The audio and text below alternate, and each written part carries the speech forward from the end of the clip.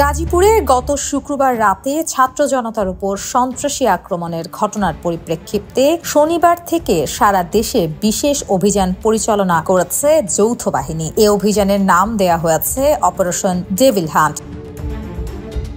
স্বরাষ্ট্র মন্ত্রণালয়ের জনসংযোগ বিভাগ থেকে পাঠানো এক সংবাদ বিজ্ঞপ্তিতে এ অভিযানের কথা জানানো হয়েছে। শনিবার ৮ ফেব্রুয়ারি থেকেই এ অপারেশন শুরু হয়েছে বলে জানিয়েছেন স্বরাষ্ট্র মন্ত্রণালয়ের পরিচালক ফয়সাল হাসান।